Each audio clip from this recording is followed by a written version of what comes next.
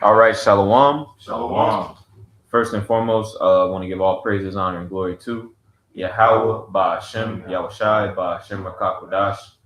Double honors to the elders and apostles of Great Millstone that rule on teach well, and Shalom to the hopeful elect, the Akim and Aquaf scattered around the four corners of the planet Earth that have returned to the obedience of the Holy Scriptures.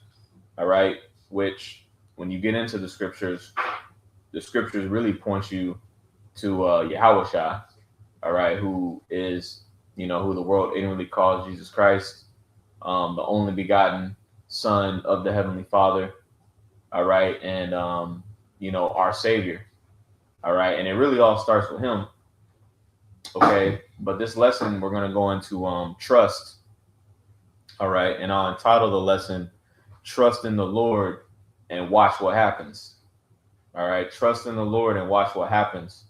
All right, so I want to go into trust a little bit, what it really means, all right, and how it is to be applied, you know, in this truth. All right. So, without further ado, if brothers didn't have any opening precepts, we start with Proverbs 3 and 5, and I'm gonna dig into this word trust a little bit, on that verse. Okay. This is Proverbs chapter 3, verse 5. It says, Trust in the Lord with all thine heart, and lean not unto thine own understanding. Right. And that's a banger. Okay. Trust in the Lord with all thine heart and lean not to thine own understanding. Okay. And that starts really first and foremost with understanding the power in which we serve. Okay. Real can we get where is it? Isaiah 46, where it talks about how the Lord declares the end from the beginning. It's either Isaiah 46 or Isaiah 48. Yeah, I got you. Right? Because the power that we serve, all right, is the creators of the heavens and earth, for one, all right.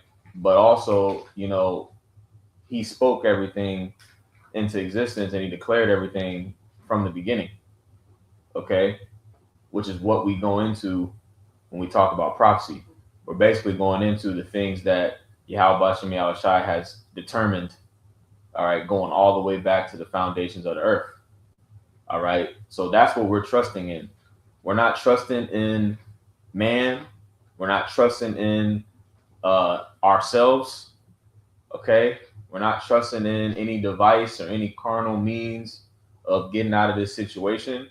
We're trusting in the divinity and the omnipotency of Yahweh Bashem Yahushua. All right. And his ability to literally do anything. Okay. Do things that you can comprehend with your mind and even things that you can't comprehend with your mind. That's why the scripture says, with all thine heart, trust in the Lord with all thine heart. Okay. So, can we get that, brother? Find that. Yeah, I got you. Okay. This is Isaiah 47. It says, or I'm sorry, 46. It says, I'm gonna start at verse 8. It says, Remember this and show yourselves men. Bring it again to mind, O ye transgressors. Mm-hmm. Remember the former things of old, for I am Yahweh, and there is none else. Mm-hmm. For I am right, the Lord's track record. Okay, the former things of old. When you read the scriptures and you read about the creation, when you read about the flood, when you read about our deliverance out of Egypt, all right, these are historical examples, but this is the Lord's track record. Psalms 9 and 16, right, says what the Lord is known by the judgment in which he executeth, roughly paraphrasing. All right. So if we going by resumes, right, Jake like to throw that word out there, right? Like in the world of boxing or the world of sports or whatever. Yeah. Like look what's his resume? He got a good resume. Right. You know what I'm saying? Look at Yahweh Bashem Yahushai's resume, man. Right. You got a point? Look at his pedigree. Right. So yeah, the pedigree is like the stock that he came from. Mm-hmm. All right, and it Basically, you can ask Sirach chapter 2. You know, a lot of it. You know, because it goes into the trust of Yahweh Shai. Mhm. Right. But We can hold that on deck. Yeah. If I can say too, because like you said on that, like his pedigree was, that's why he always mentioned the first Exodus. You know, he always mentioned that, and like his track record, he had to remind Israel of what he did with them. But so soon they forgot, you know, and that's why he requires us to constantly keep these things, his praise in our mouth, you know, because the mind will have you forget, you know. We got to actually lean on these things to make it, you know, second nature, if you will. Yeah. You know. Yeah. So it can stick. Right. You know, because you know even Jacob today, man, they can't remember they own phone them. Mm-hmm. You know, so they will never remember what Yahweh Shai has done for them to get them to this point. Yeah. You know, except for man of the Lord, who has made Yahweh Shai his right arm. You know. Yeah. To be protected. And that was a fault that was actually shown. I know you're probably gonna get into it. A fault, or not even a fault, but I'll say like a something that Yahweh Shai pointed out to you know, Peter. You know, like when he was walking on water, and he made him trust in him.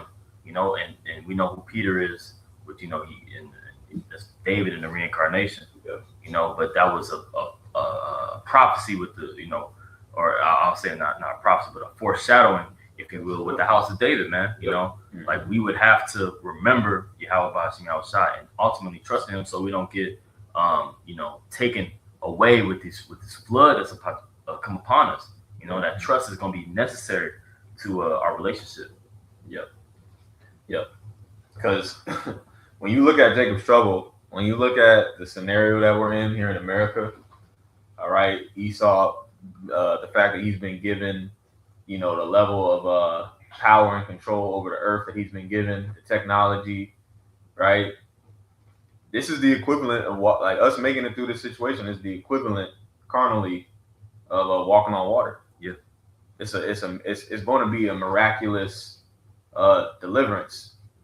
Okay, that's why the scriptures say the righteous are going to be scarcely saved. Okay, and the only reason we even going to be scarcely saved is because the Lord is going to have to intervene. Yeah. Okay, the Lord is going to have to dispatch angels and do particular things, give brothers spiritual power to endure until the end. You know, you got something? You got it. Coming.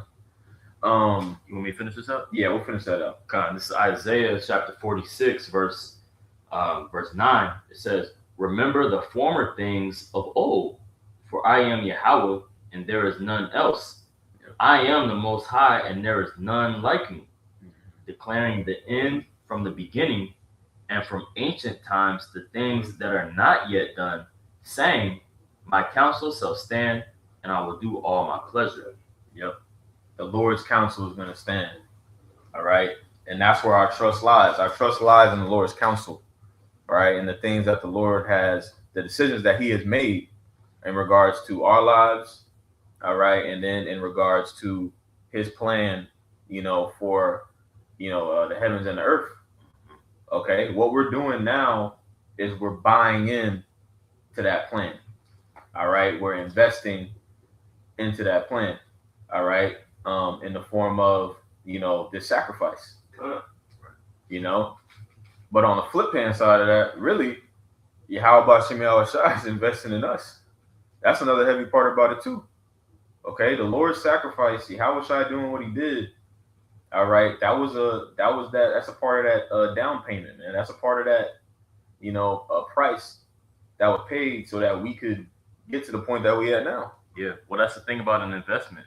The investment is meant so that it can eventually pay you back. You know, you put money in so that it comes back to you. You know what I'm saying? And it ends up, you know, giving.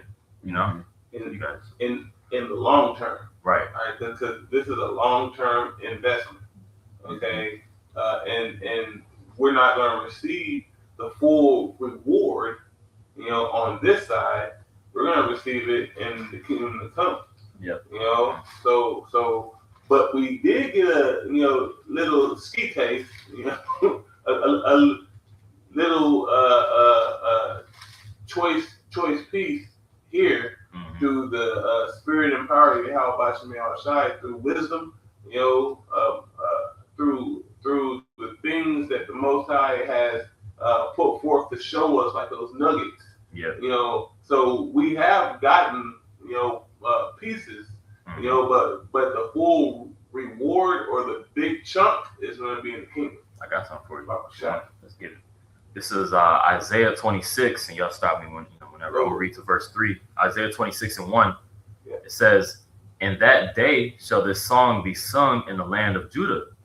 We have a strong city. Salvation will Yahweh appoint for walls and bulwarks." Yep. And real quick, let me look up this word bulwarks. Mhm. All right. It's a defensive wall, Mhm. okay, or an extension of a ship's sides above the level of the deck. Yeah. All right. So kind of, you know, it's a defense. Yeah.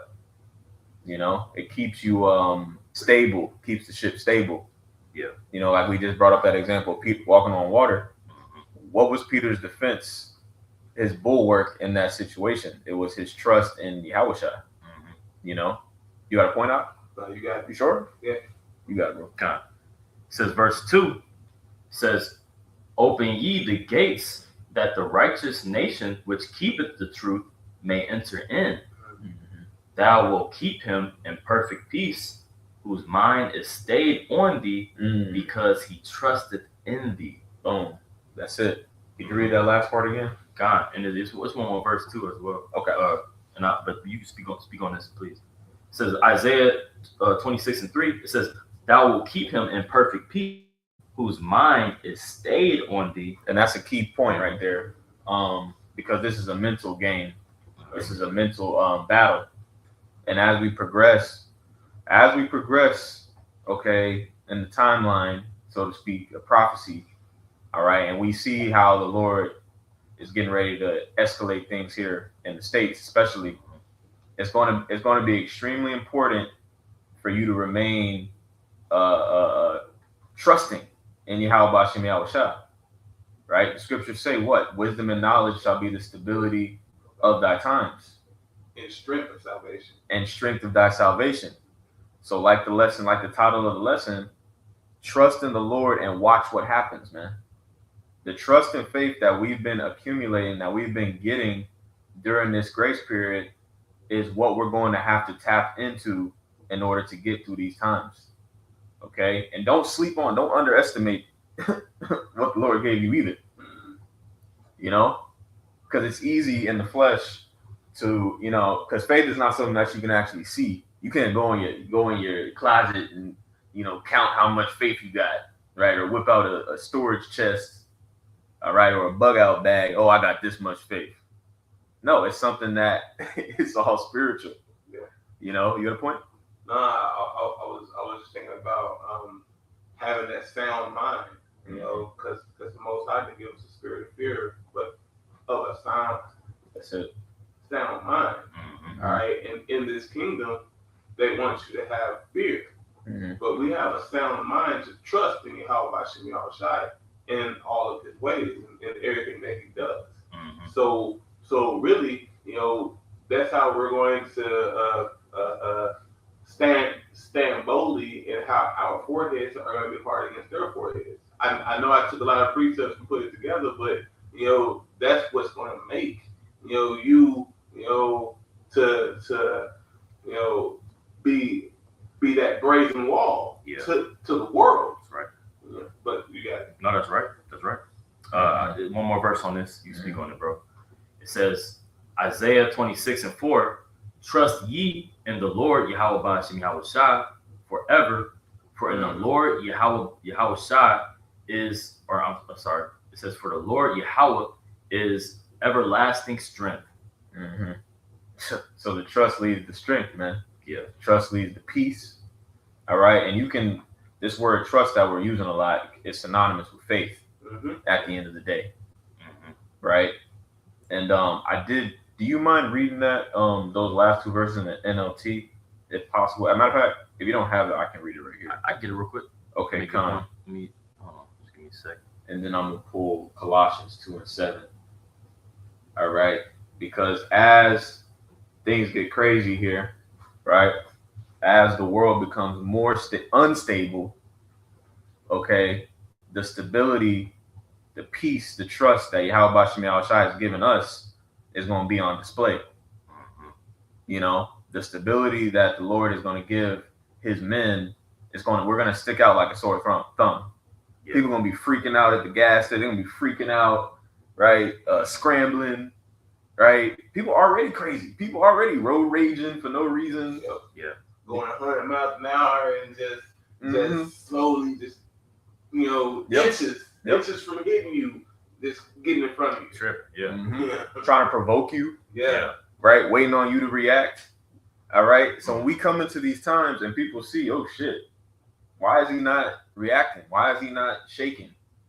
That's when our light is really gonna shine, man. Yeah. You know? That's why the Lord said he's gonna keep us in perfect peace. You know, a lot of people have a certain level of peace, you know, whether it may be, you know, certain things that they have, you know, or even the what the President Trump's saying right now, you know, when they say peace and safety, you know, they're finding peace in that, you know, but perfection of peace is, you know, that's what the Lord has given us, you know, that actual true peace, that true rest, you know, which is resting in these scriptures, resting that those that stand stiffly, those that endure, those that listen to Yahweh Shem Yahushua, you know, they're going to be preserved.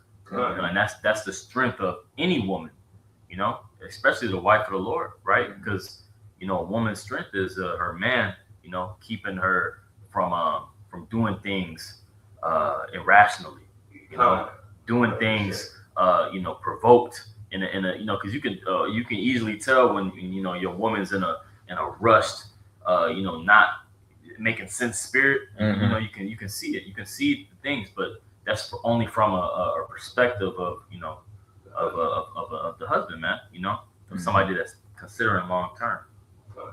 But you want me to get them verses in the NLT? Oh, sure. Isaiah 26:3, it says, "You will keep perfect peace all who trust in you, all whose thoughts are fixed on you." Yeah. Trust in the Lord always. And if I may, that's what the scriptures mean when they say keep thine eyes single. That's a precept you can link up with that, right? Having your thoughts fixed on Yahweh Shem Yahushua. That's what keeping your eye single is, man. Yeah. You know, because it's the second you start, Peter, the example that you gave of Peter walking on water is a perfect example. The second you start focusing on the external, on the bullshit, that's when you lose. You know, but you got it. Note that word fixed too, like, you know, he's repaired us. You know, that broken wall, you know, those chinks in our armor, you know, keeping our mind fixed is a repair system, you know. But I'll read it again. It's Isaiah 26:3. It says, you will keep in perfect peace all those who trust in you, all whose thoughts are fixed on you. Yeah. I'll get shot. You mind pulling that? This is 2 Ezra 7, the fire on the right. Yeah, that's what I'm thinking. Okay, can you pull that real quick? And I know I keep stopping here. No, you good. Hey, you cooking, bro. You cooking. Because what's coming to my mind is the tightrope. Yep. Right? Because even in the flesh, like you got niggas that will go out and tightrope across a goddamn canyon opening. Tweaking. That's, you know, trying the Lord. But what that shows is that there's a component, there's something in our brains, right? That if you really tap in and you lock in on something, on a particular line, a particular thing, that your body, your brain, your flesh has the ability to tap into that. But what we're talking about is tapping into the spirit and power of Yahweh Shem Yahushua. How much more so that, right, than the actual carnal example of tightroping, you know, or even hitting a baseball. Some of these sport examples in sports, like how hard it is to hit a baseball or how hard it is to do this, do that. If regular niggas can do all this shit that is statistically damn near impossible, then the men of the Lord are going to be able to completely lock in when it's time to lock in. And really that starts now. Yeah.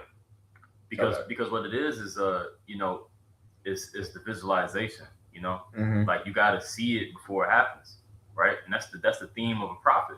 You know, that's the whole Seer. that's their whole identity. They can Yeah. see it before it happens, right? That's why the scriptures say we walk by faith and not by sight, because we've already visualized these things. The Lord has said that it would happen. So do you believe? Or that's what it comes down to. If you believe or if you don't, you know. So actually having the visualization of us winning the battle, you finishing the course, you finishing the race, the Lord standing up for you in the time of trouble, the Lord being in the Lord's kingdom, being on the chariot, being in the victorious state. Well, it's going to lead you to ultimately have trust and to live it out. You gotta prophesy these things. Not only we say it physically, but it starts mentally. Yep. You got it. Or was there more on that? Did we finish Yeah, that? this is the last verse. Okay, we'll finish the last verse and then Papa shut. Isaiah 26:4 in the NLT says, "Trust in the Lord always, for the Lord Yahweh is the eternal rock." Woo! Is the eternal rock.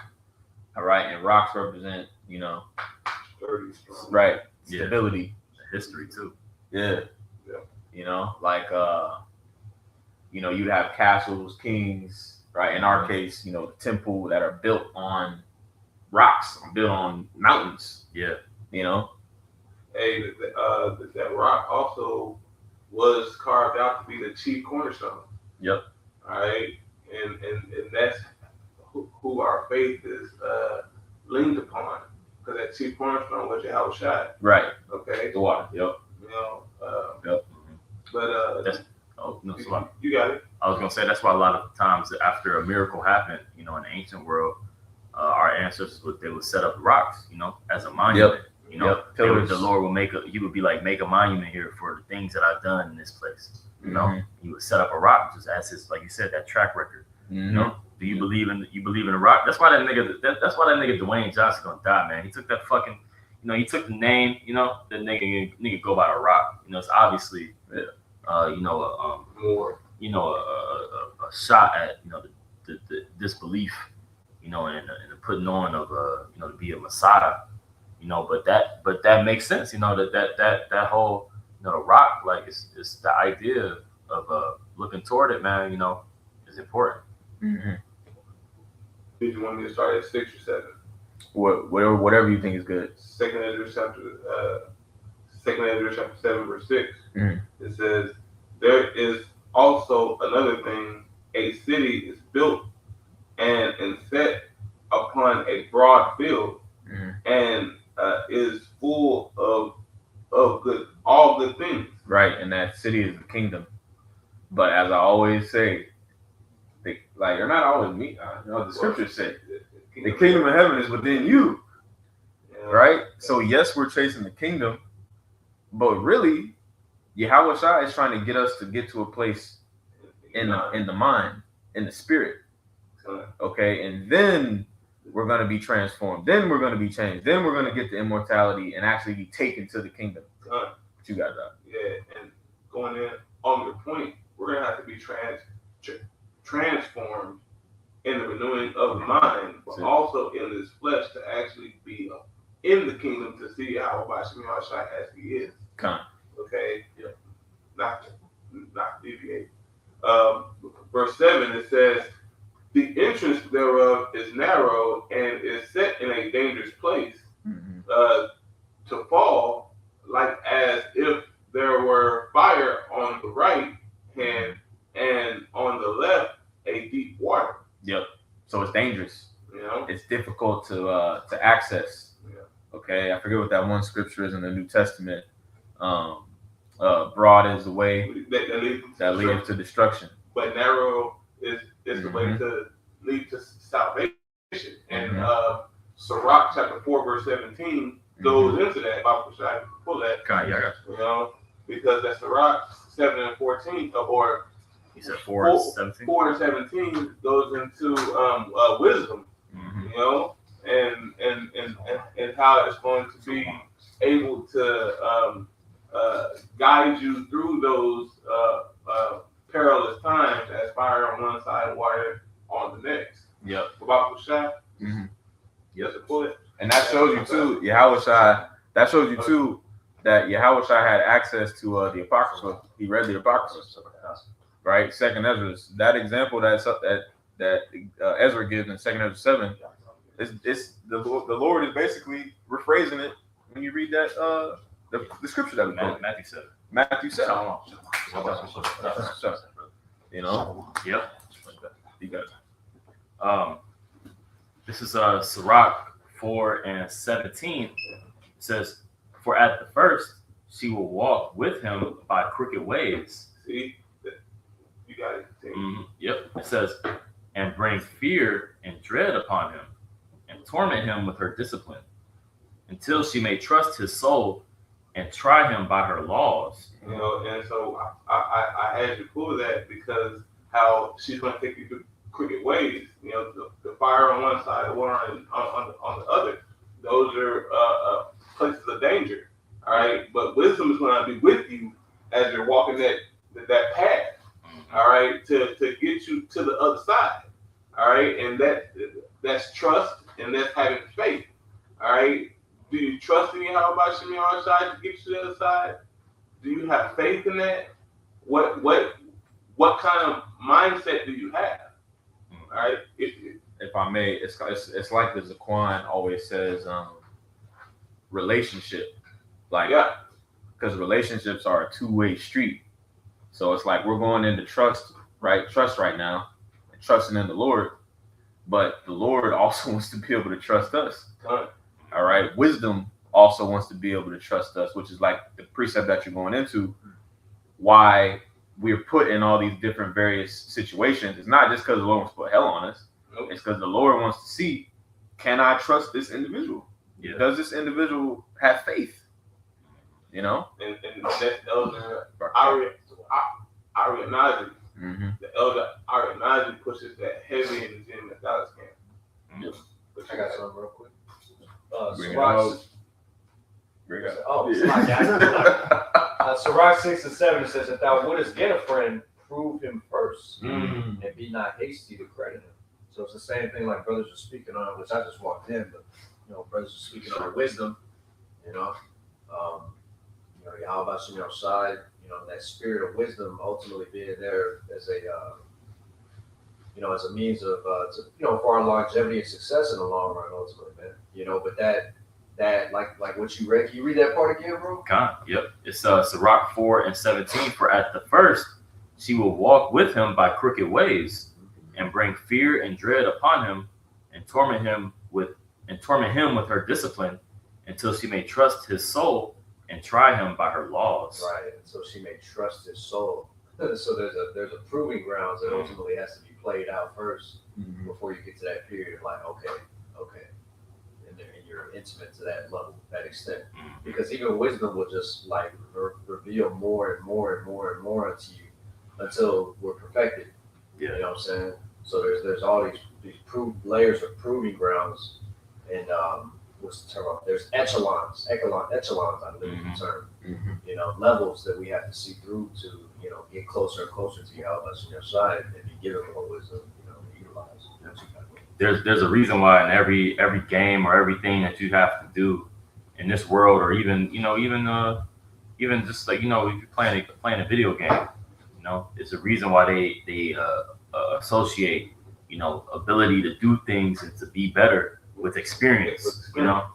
Like it comes with the history, with the trial, with the weight that you had to carry. With you get the ass sword in the beginning of the game. Yeah, And then you able to basically. the stick take 100 hits to kill it, to kill some level 1 ass nigga. Yeah. You know what I'm saying? And then you get your XP up, and then now that same tool is it's been with you. It's seen you develop. Now you got the Excalibur. Yeah, My strength. you got something else. Thor's hammer. Yeah, So like that. or you learn, or this the same way the Lord teaches us. We go through things so that the Lord can show us how to maneuver in certain situations, certain predicaments.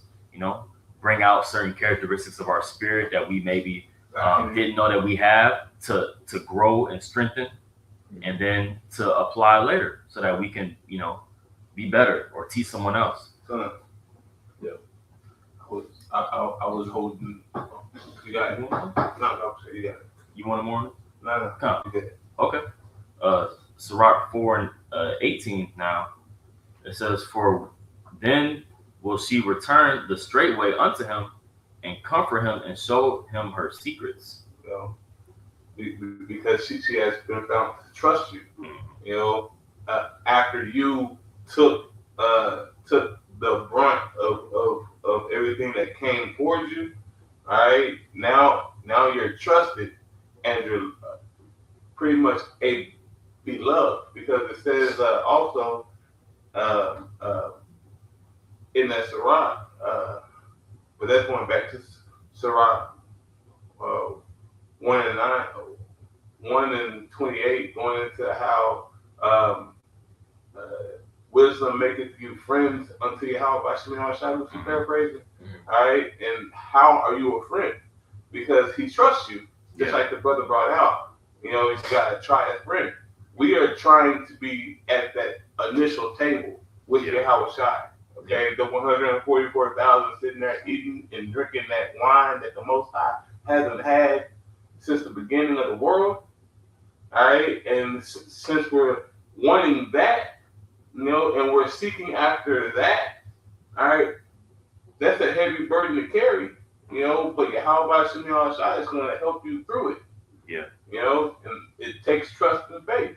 That reminds me of you know, the story of Moses, you know, because it said that the Lord, when he came unto him, you know, at Mount Sinai, you know, shortly before that, he was speaking to Moses as he speaketh to a friend. Yep. You know, and before that, he showed himself that he would be, you know, the one to go raise up the people and, you know, take them out of Egypt and do the miracles before Pharaoh.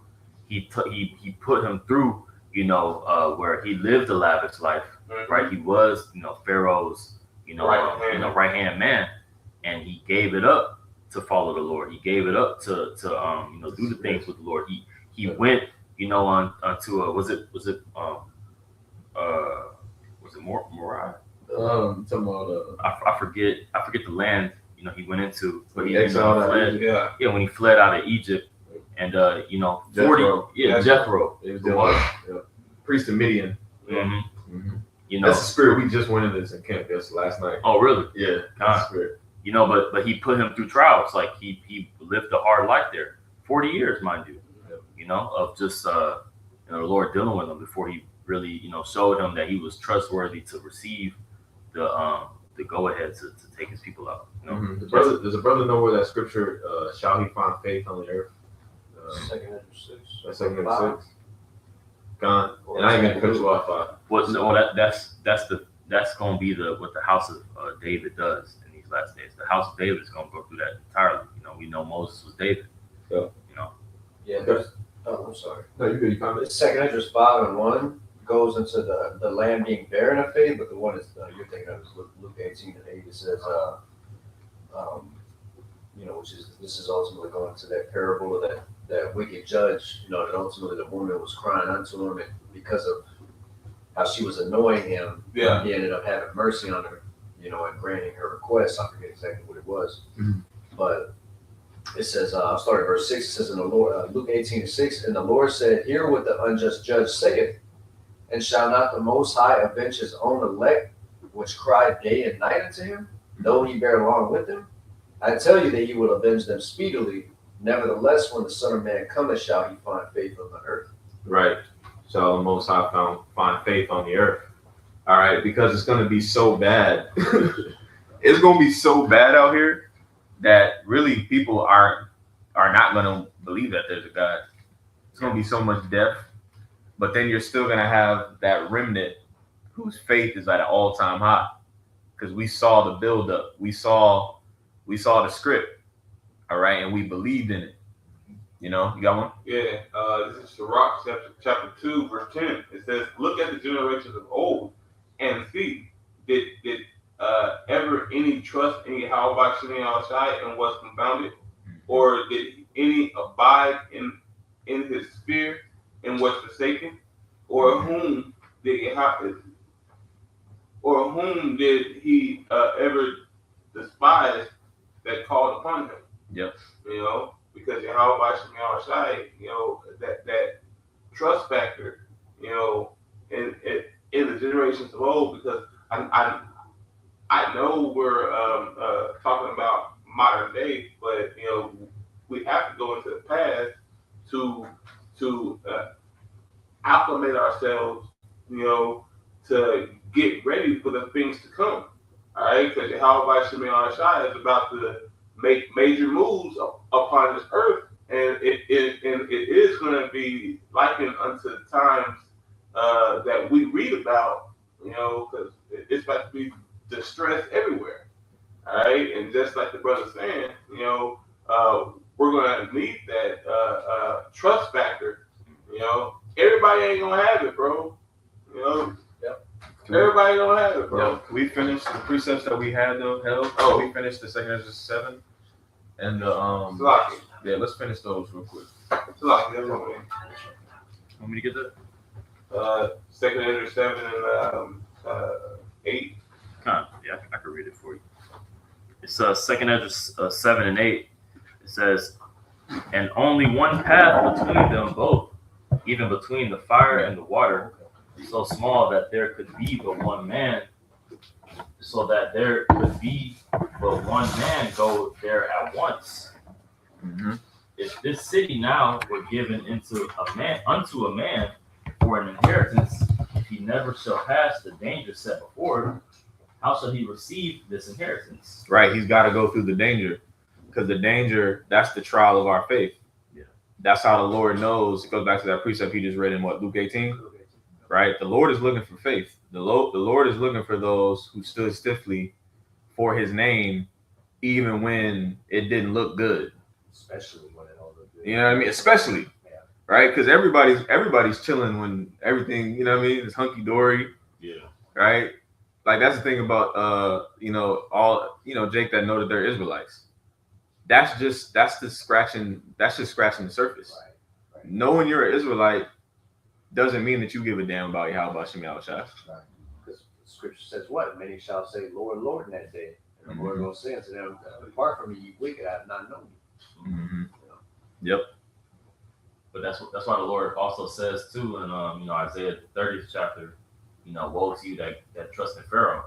Like that time of testing is gonna come where we're gonna see what people really trust in. Where did you put your trust? Where did you have your heart? Like these like you brought up these pseudo Israelites, where they're only Israelite in good time. They claim they're Israelite in a good time, or like you just read. Is that Sirach 6? Sirach 6. Where it talks about the proven, the friend. Yep.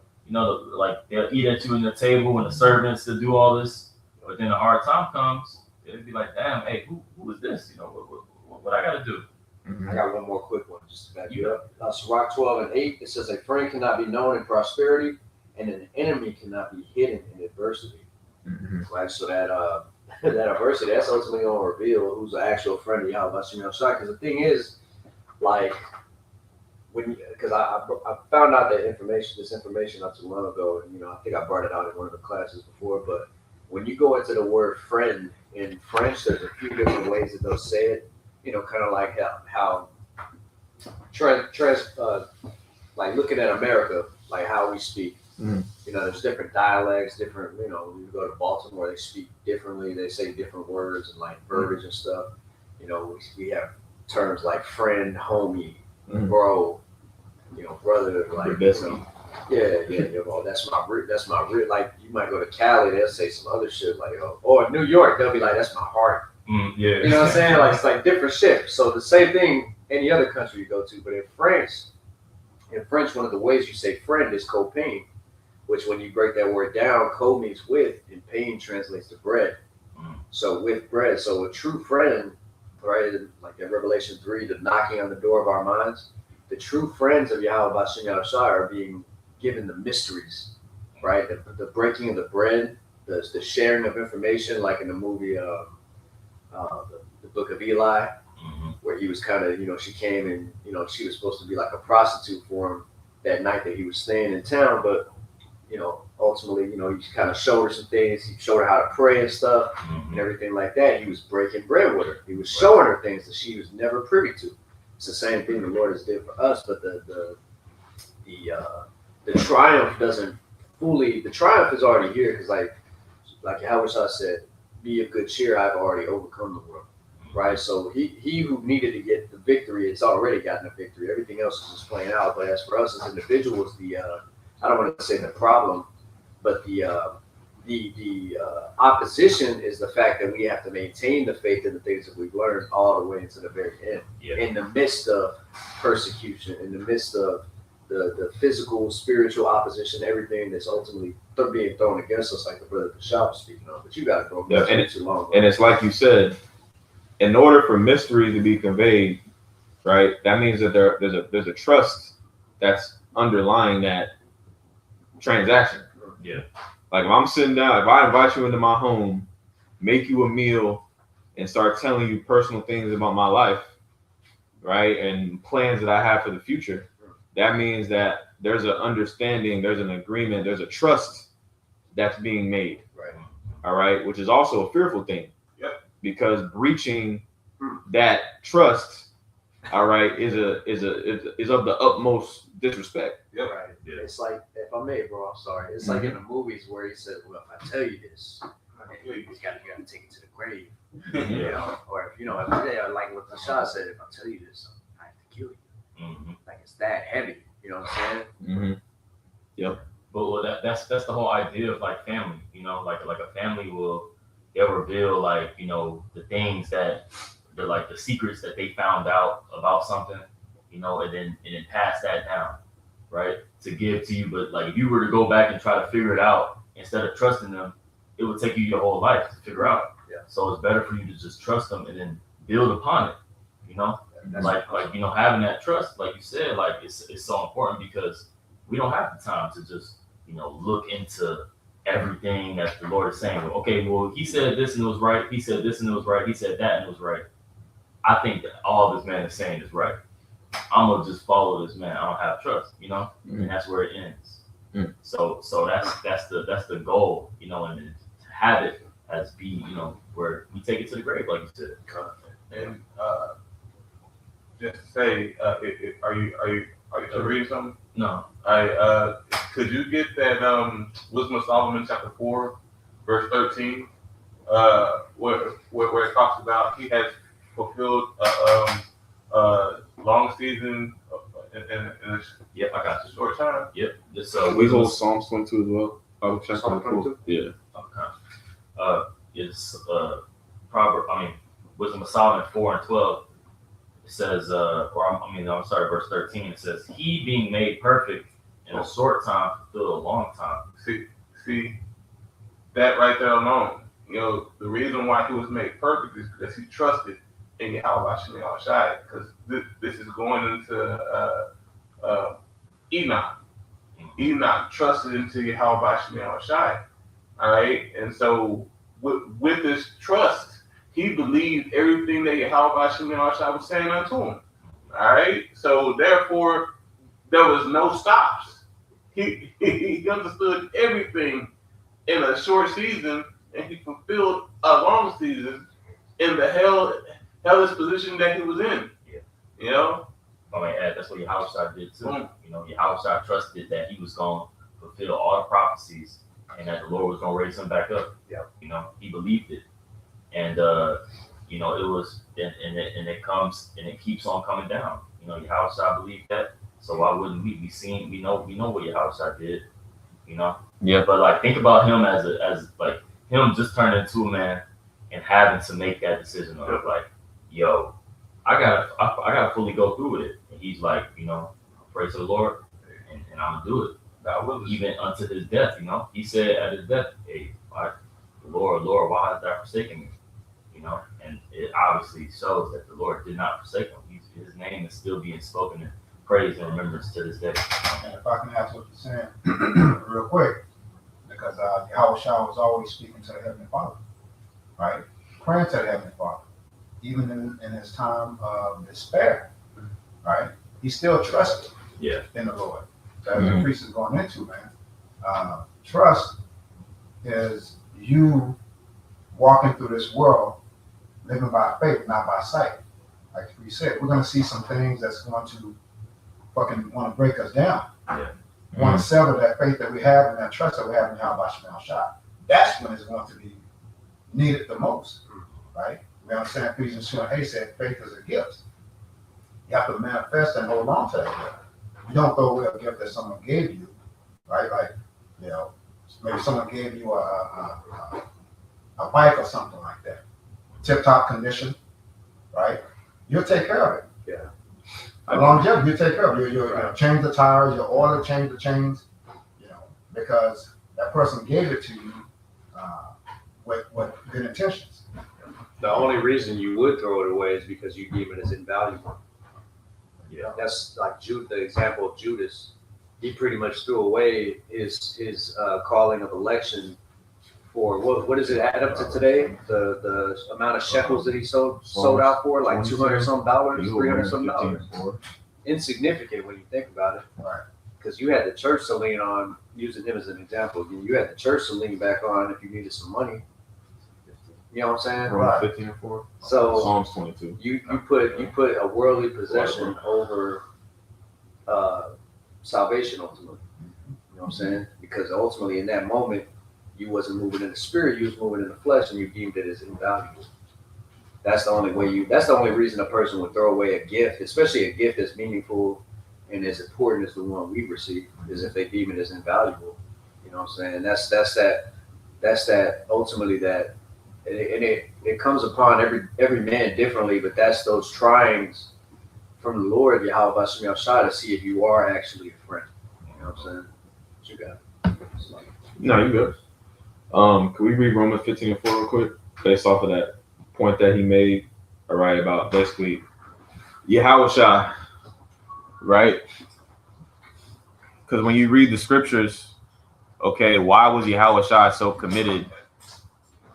Why was Yahweh Shah so driven, you know what I'm saying, to fulfilling his course, to completing the mission, right? We know it's because, you know, obviously the Heavenly Father was dealing with him, but Yahweh Shah was very well acquainted with the scriptures. All right, Yahweh Shah was in the scriptures, man. All right, and Yahweh Shah trusted in his lot, which was outlined in the scriptures, in the prophecies. You know what I'm saying? So brothers got to read. That's the point too. Like the scriptures say. Shalom, man. Yep, back there. You good? Could you read Romans 15:4? Yep. It says Romans 15:4, for whatever things. I'm sorry, I'm gonna read it again. It says, for whatsoever things were written aforetime were written for our learning, that we through patience and comfort of the scriptures might have hope. Right. So that's the fuel source. All right. The fuel, the fuel, all right, putting the gas in the tank is reading. You gotta read. You know? And you gotta have faith in what you're reading too. So what's the point of reading? What's the point of reading the story of Abraham?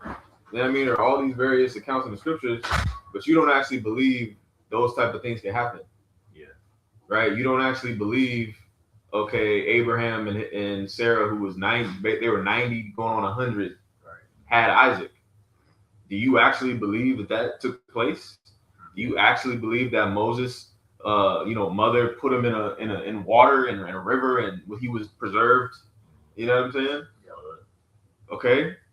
So the trust that we're talking about in the lesson, where are you gonna get fuel for that fire? You're gonna get fuel for that fire by reading the scriptures, and then by going and experiencing things that align with the scriptures. You know what I'm saying? You got. Sorry, my bad. I just want to make a good point. I mean, you hear about that in 1 Samuel 17.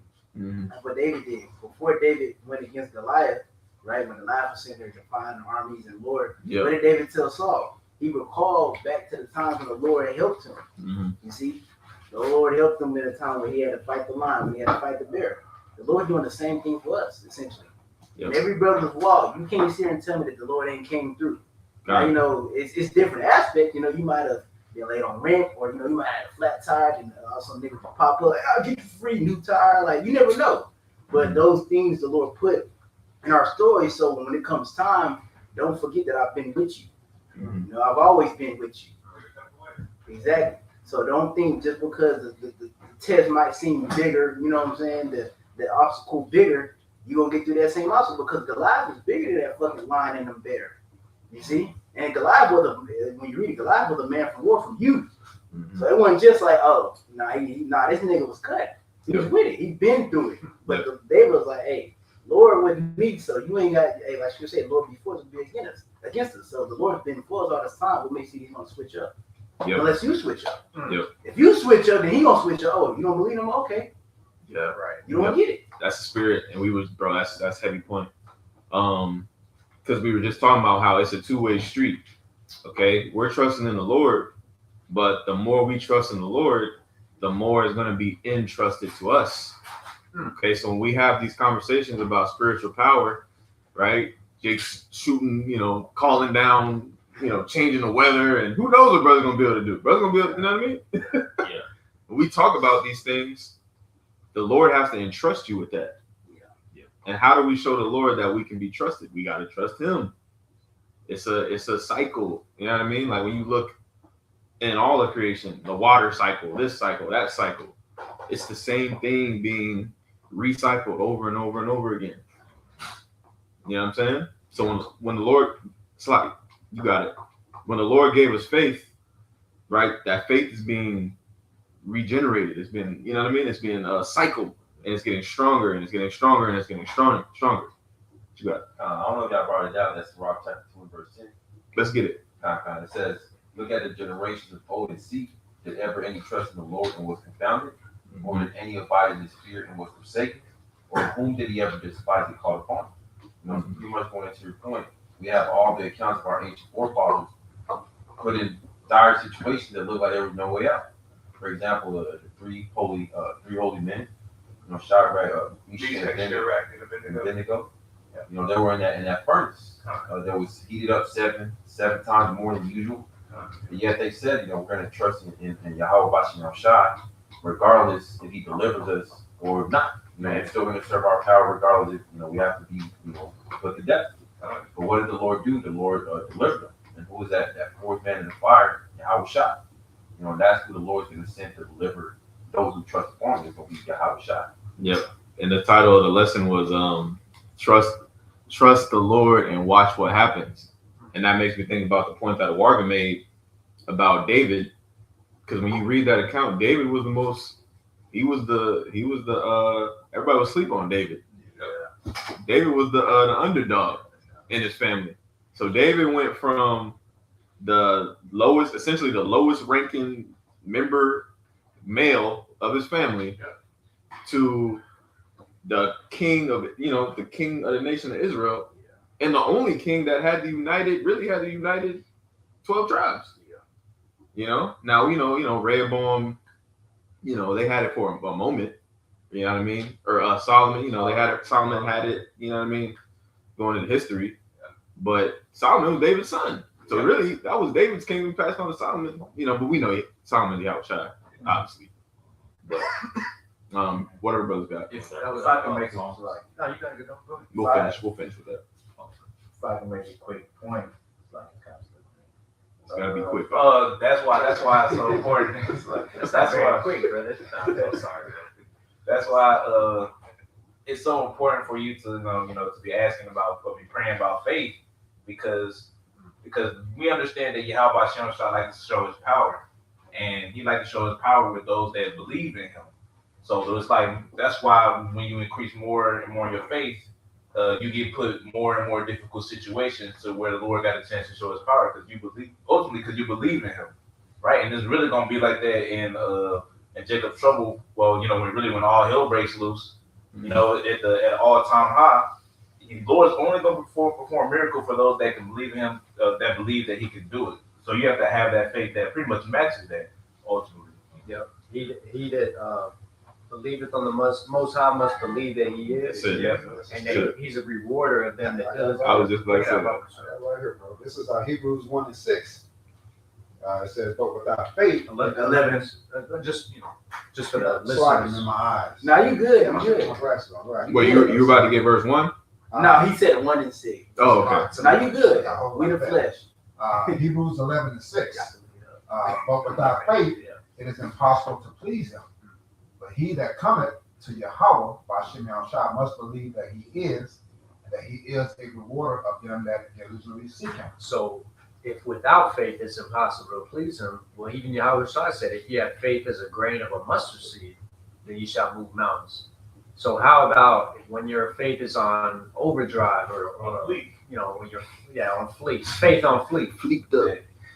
When you got maximum faith, what's the potential there? It's unlimited with Yahweh Shem Shai. There's no limitations to the Lord. Yeah. So with the point that you brought out was heavy too, bro, going into how the reciprocation in relationships, you know, and how that even plays in our relationship with our power, Yahweh Shem Shai. You know, because if you're not doing your part, then he's not gonna do his part. Because he did his. Because look, the thing is, the Lord did his part first by revealing, by opening up our minds, so to speak. Yeah. So now the ball's in our court. Now it's our turn to return, or our turn to do our part. But even then, the scripture says this. I'm gonna grab something real quick. Sirach 43 and 30. It says, when you glorify the Lord, exalt him as much as ye can, for even yet will he far exceed you.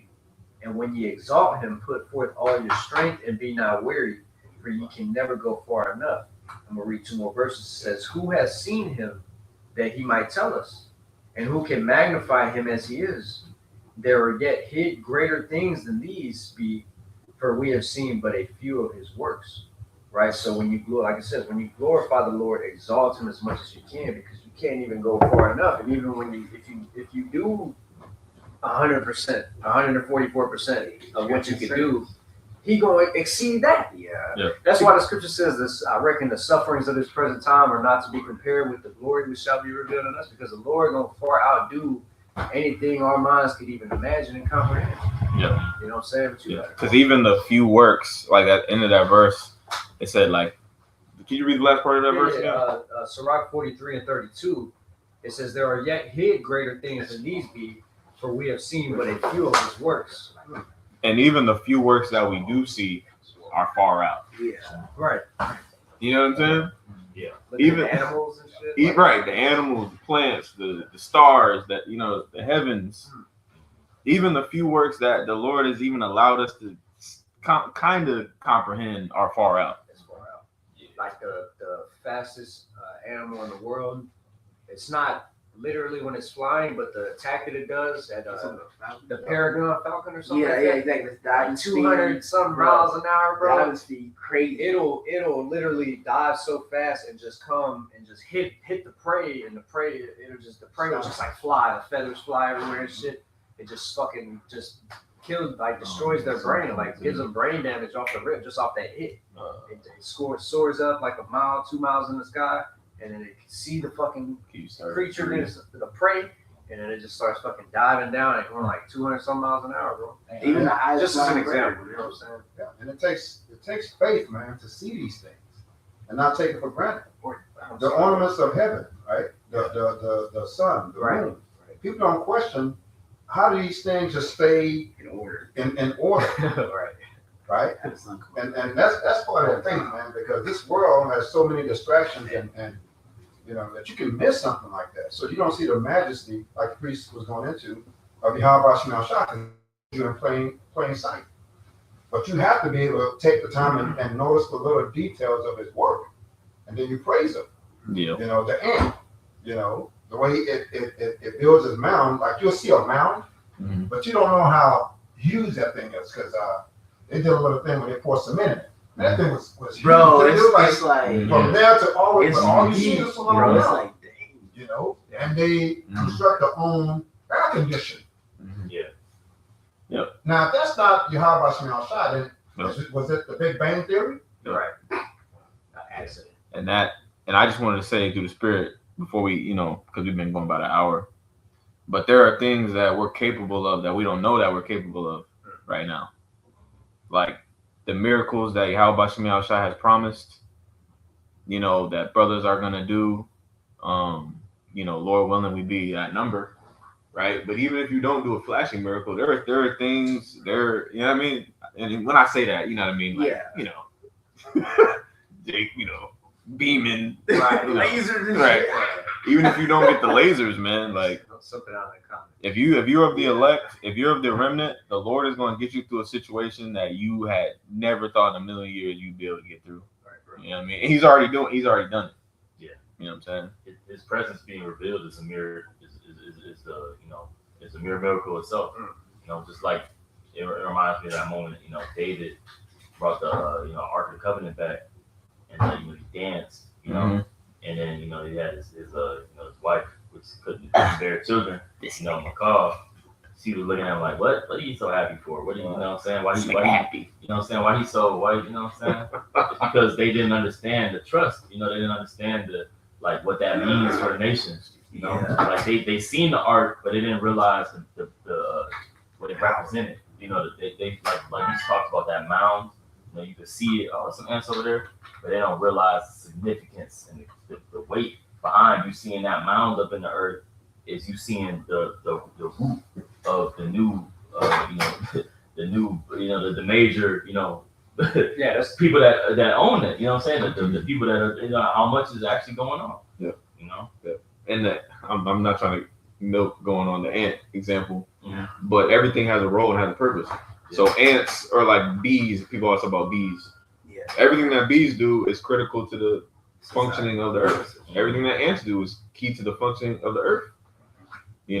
So even something like that is like it's a big deal. You take ants away and who knows what the hell happens. You know what I mean? But yeah, we can grab that Psalms 22 and close out. This is Psalms 22 and verse 3. And whatever brothers got. It says, but thou art holy, O thou that inhabitest the praise of Israel. Our fathers trusted in thee. Yep. They trusted, and thou didst deliver them. Our fathers trusted in thee. All right, and that's another thing to remember too. This is an ancient, this faith, this truth that we have, this goes all the way back to Genesis. Like this is the oldest continuing, faith that there is on the planet Earth. Yeah. And that's why we laugh at you fucking Christians. We laugh at all these niggas. You got niggas still walking around talking about they Islamic, talking about they part of the Nation of Islam. Right? You got niggas. These are all relatively new. These are new inventions. These are new creations. Y'all ain't even got no resumes like that. Yeah. All right, could you read that part again about our fathers? It says, Psalms 22 and 4, it says, our fathers trusted in thee. They trusted. This name that we're calling on, for example, the name of the Lord, Yahweh Bahashem Yahweh. That's the name that Noah had. That's the name that Enos had, Seth had. Right? You got it. Yep. It says, and thou didst deliver them. They cried unto thee and were delivered. They trusted in thee and were not confounded. Boom. So there it is. Do the math in your head.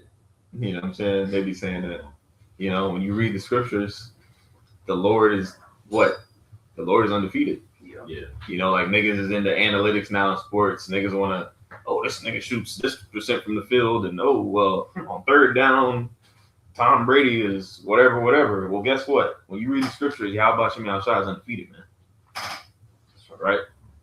So, brothers, whatever y'all got, that's all I had. You got it. I speak on it too. It's Psalms 31 and 13. It says, for I have heard the slander of many. Fear was on every side. Slander, man.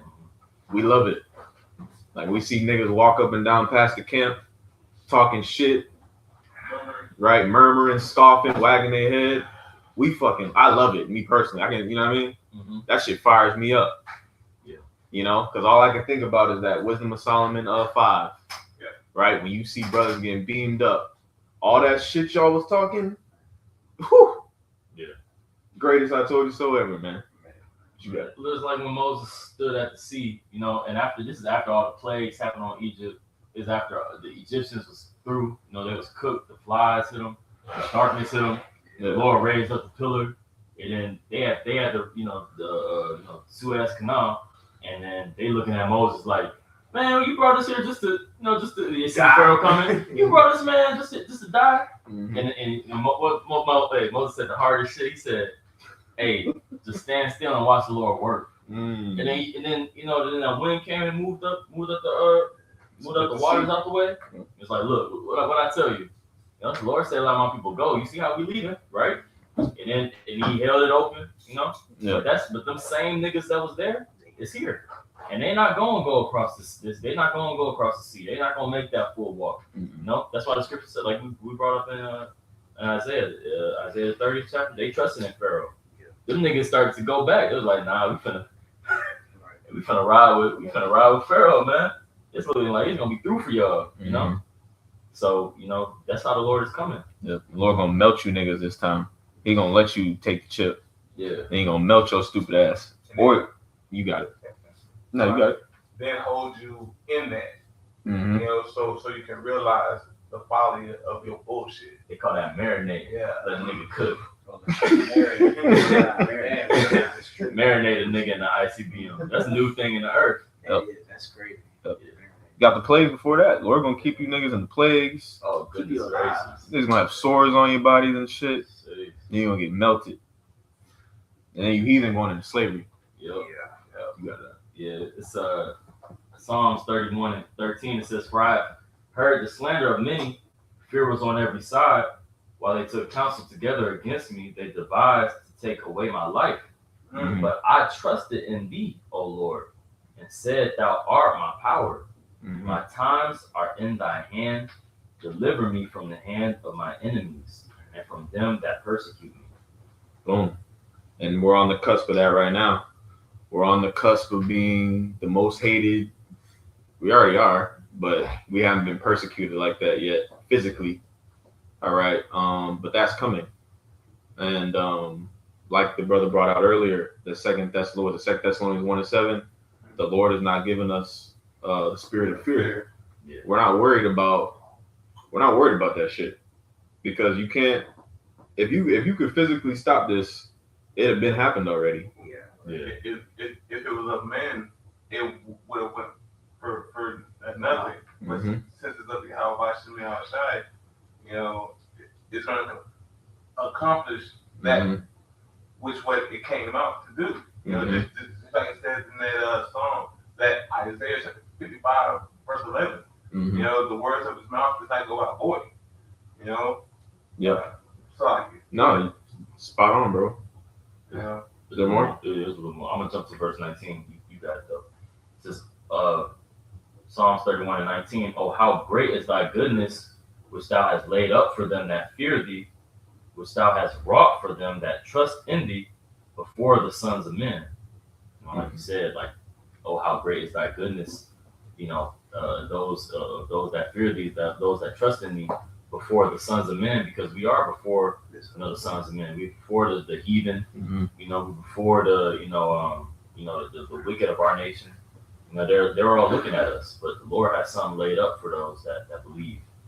The last verse says, and this is what that is. Verse 20 says, "Thou shalt hide them in the secret of thy presence from the pride of man. Thou shalt keep them secretly in a pavilion from the strife of tongues." So, all the niggas talking about, how we, P Diddy's, all the niggas talking about how we, we ain't shit. We don't do this and that. We, talking about, moral character of us. Well, the Lord is going to actually show them who we are, Open. yeah, openly, and reward, that ceremony in front of them, the non-believers, man. That's myself today. About to. Yeah, about to. You can speak on if you want to, bro. Let's say 1 Corinthians 15, starting at 57, it says, "But thanks be to the Most High, which giveth us the victory through our Lord Yahushua Mashiach. Therefore, my beloved brethren, be ye steadfast, unmovable, always abounding in the work of the Lord, for as much as ye know that your labor is not in vain in the Lord." That's it. We got to stay the course. All right. We're about our Father's business, like the scriptures liken or talk about how Yahushua was. All right. And another thing that I was gonna get, because when you get that word trust, real quick, and we'll end it on this. Okay, brother, get the definition of the word trust. Etymology. You could type, if you go to the etymology, there's a paragraph at the bottom. You could read that. As a noun or verb? The business definition of a trust. Oh, okay. I'm going. Right. Yeah. Oh, okay, I see. You see what I'm saying? Yep. It says, I'll just read like the first sentence and then jump to that. Trust, reliance on a veracity, integrity of other virtues, or sound principle of someone or something. Mm-hmm. It says religious faith as well. But then it goes, says in record and recorded from the early 15th century, and the legal sense of confidence placed in a person who holds or enjoys the use of property entrusted to him by its legal owner. Right, like we talked about earlier, this truth has been entrusted unto us. This faith, these mysteries, you got it. It says condition of being legally entrusted, hence that which is committed to one for safekeeping or use. Mm-hmm. Keep going. Yeah, could you read the part where it goes into the meaning? Yep. It says the meaning business originated to reduce competition and organization of the control of several corporations under one direction by a set of majority shareholders in all of them is a legal sense attested by 1877, which exploded the U.S. political issue, hence trust buster recorded by 1903. Yep. So a trust, one of the definitions of trust, this is a sidebar. One of the definitions of a trust basically is it's a business. Yeah, it's a business. It's almost like a monopoly. It's a business that has control over lesser organizations, which in this case, the House of David, which is just technically it's a trust. It's a business. The Kingdom of Heaven is a trust. It's a business, and this is the organization that's going to control the entire planet Earth. Yep. That's why they say like, oh, this nigga rich, he didn't really get it out the mud. He's a trust funder, right? Yep. Trust fund. What is that? Trust is inherited business rights. It's inherited power, pretty much. Which that's us. We didn't, get it out the mud, but Lord willing, Lord willing, we finish and we will, through your house. Bring it out. All right. This is Sirach chapter 17, verse 10. It says, "And the elect shall praise His holy name." Just to be a part of it. Just to be a part of that trust. But also that we stand stiffly in the things that we know is trusted unto us. So it can work hand in hand both ways. Yep. But that's all I got. We'll end it on this. This is Revelation 19:10. It says, "And I fell at his feet to worship him. And he said unto me, See thou do it not. I am thy fellow servant and of thy brethren that have the testimony of Yahushua. Worship the Most High, for the testimony of Yahushua is the spirit of prophecy." When you go into that word testimony, it says testifying, which is the office committed to the prophets of testifying concerning future events. Like the priest was going into, this whole thing is a trust fund. We are essentially Nepo babies. We're products of nepotism. We didn't deserve none of this shit. We didn't work for none of this shit. Romans, the 9th chapter and 11th verse tell you that concerning Esau and Jacob. We didn't work for none of this. The Lord just gave it to us. And even if somebody was in the truth, at one point they didn't get saved, it was still an honor to even be in the truth. The Lord gave you a chance at salvation, regardless. So all of this is an honor that we did not deserve. Yeah. Right. And this is you had a precept that goes into when the Lord gives somebody little to have trust over it, and then that's when He's going to give you a lot. Right now, going into these prophecies, the Lord has given us trust over little. Prophecy is essentially, in the grand scheme of eternity, this is little. This is really little, because we're not even a half a month into creation. when you think about it. We're like almost 2 weeks in. We're not even a full 2 weeks into creation. So this is little in accordance to eternity. Just the So beginning. this lot that the Lord has given the prophets to have to entrust us to go into these prophecies, break it down, and essentially manifest the end of this kingdom, which it goes into in 2 Ezra 9. That's little. And then if we do well in our lot here, the Lord is going to increase us, which is giving us the kingdom. Yep. And Isaiah 9 talks about how the end of the increase of his government, there shall be no end. So like you're saying, this is just the beginning, really. Which is heavy in itself, you know. But that's all I had. I believe that the point was made. I pray that it was edifying. With that, I want to give all praises, honor, and glory to Yahweh Ba'Shem, Yahushai Ba'Shem HaKakodash. Double honors again to the elder bishops and apostles of Great Millstone that rule well and teach well. And shalom to the next lesson. Shalom.